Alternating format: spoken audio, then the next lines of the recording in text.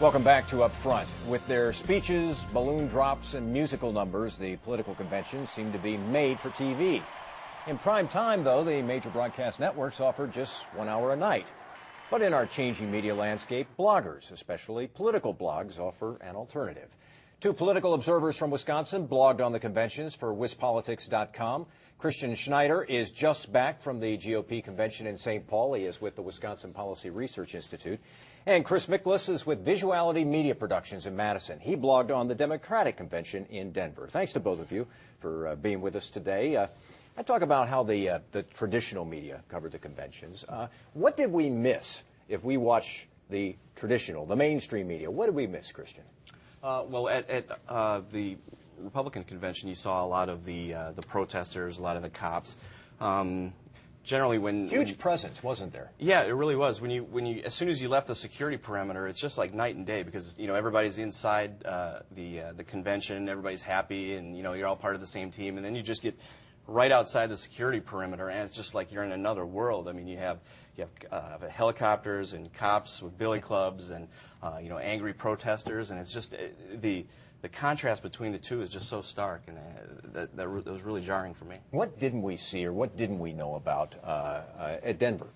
Well, boy, Denver seems like so long ago compared to everything that happened this week. It's hard to look back and remember. I think one of the things, though, that strikes me about the Dem convention was how much of what you saw on camera was really reflected in the arena. So the diversity on stage, the men and women, the different ethnic and racial groups, all that was reflected on stage is really, if you turn the camera on, you saw that on the floor, which seems to be a little different from what we saw in the Twin Cities, in which it seemed like you couldn't turn on the TV without seeing the diversity in commentators. I think everyone who commented from the right was, either an African American or Hispanic woman. And then you turned the cameras around and you didn't really see that on the floor. Whereas in Denver, I felt like, wow, we have a real diverse party. It's a real diverse gathering, and what you saw is what you got in the hall.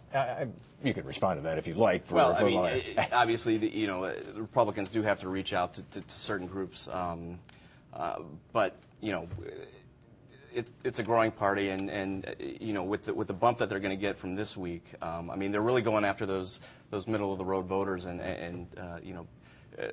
a lot of those groups are the ones that you're talking about are going to be in that group. Well, let's talk about the big news at the convention, and that was Sarah Palin's speech. You sat there for John McCain's speech. You heard Sarah Palin's speech.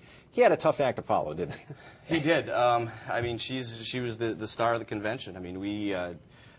Probably 75% of McCain's support, in large part, is due to who he picked as his running mate. You can go back just a couple of months, and Republicans are still maybe a little bit tepid about McCain. But with his pick of Sarah Palin, she's done the impossible. She's made Barack Obama almost look like the status quo candidate. Barack Obama's speech, huge venue, much written and said about the venue.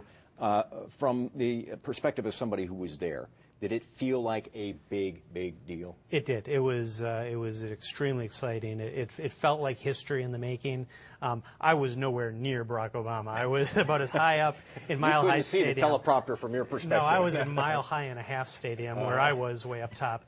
But it was electric. It was you felt like you were somewhere where history being made, and you were. It was really exciting. Yeah, and the mainstream media, how do folks in both parties feel about us? Well, actually, I think you heard a lot about it this week. There was a lot of concern over the mainstream media actually doing its job and vetting the candidate for vice president. There was some frustration, I think, early on at the Dem convention over the focus on the Clinton thing.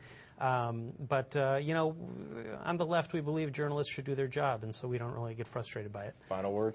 Well, the frustration over the mainstream media is pretty clear at the Republican convention. Palin actually had to stop her speech while people were, kind of pointing at certain reporters that they didn't like. All right, guys, I appreciate your time today. Thanks very much for being with us, Chris Miklas and Christian Schneider. Thanks for having us. Thanks. When we come back, a special honor for a Wisconsin icon.